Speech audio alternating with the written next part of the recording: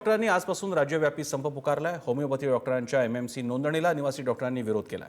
Central मार्ड महाराष्ट्रानं यावर सरकारकडे यावर तातडीने निर्णय घेण्याची मागणी केली आहे। या संपामुळे ओपीडी सेवा, नियोजित शस्त्रक्रिया आणि नियमित रुग्णांवरील उपचार बंद ठेवण्यात येणार आहेत। मात्र आपत्कालीन विभाग, अपघात विभाग आणि जीवनावश्यक वैद्यकीय सेवा सुरू राहणार असल्याचं डॉक्टरांनी स्पष्ट केलं। जितेंद्र शिंगाडे अधिक माहिती देत आहेत। जितेंद्र, नक्कीच सर, कारण डॉक्टरांना ॲलोपॅथी प्रॅक्टिसची परवानगी दिली आणि त्याची आता नोंदणी करण्याची देखील सुरुवात करण्यात आलेली आहे। एमएमसी कडे ती नोंदणी करण्यात येणार आहे आणि याच जे क्रियेला आहे किंवा प्रक्रियेला आहे तो आता ॲलोपॅथी डॉक्टरांचा विरोध आहे। काल आपण पाहिलेलं आहे की इंडियन मेडिकल असोसिएशनने राज्यभरात याच्या विरोधात 24 तासाचा संप पुकारलेला होता। आपली खासगी दवाखाने जे आहेत ते बंद ठेवलेले होते।